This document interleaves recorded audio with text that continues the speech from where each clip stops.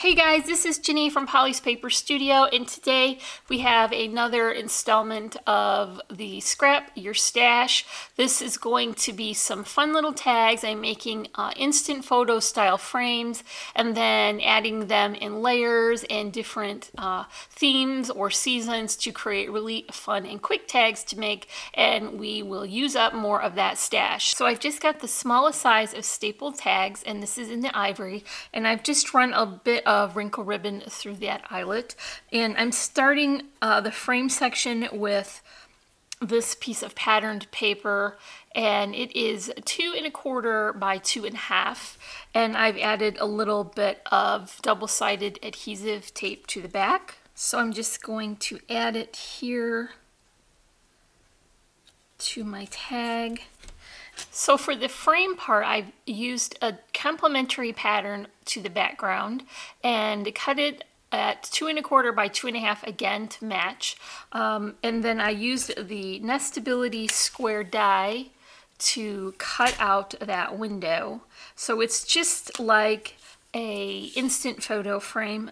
We all know what I'm talking about with that. And so I'm just going to adhere that, and then I can begin to layer on the additional elements. So the die cut pack that I chose for this one had this sweet little cup, and I'm going to add it right here. I'm using just regular double-sided adhesive for this, but I want to top it with the second little detail, which was also in the die cut pack, and it's just a tiny little heart, and it will cover that but will pop up from the cup.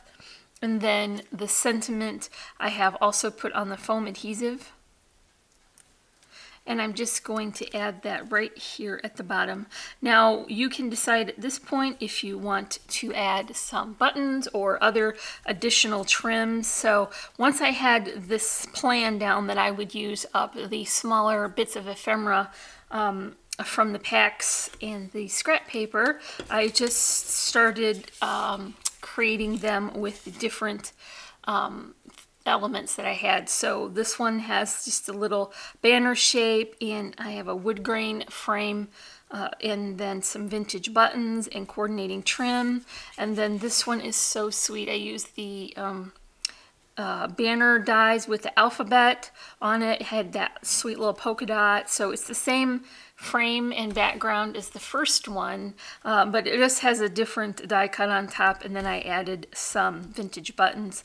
And then I made this one with some fall theme, and it has a little clip and more buttons and some plaid, and then it has another sentiment banner at the bottom, which I added with the double-sided foam tape. So once I had those made, I really thought maybe I could dig into the Christmas ephemera stash and see the little pieces that got left behind, which sort of snowballed into an entire project. The tags themselves started out just the same as the other ones, but because I had 4 of the little stamps that matched, I decided that I would clip them together and create a bit of a non-traditional scrapbook.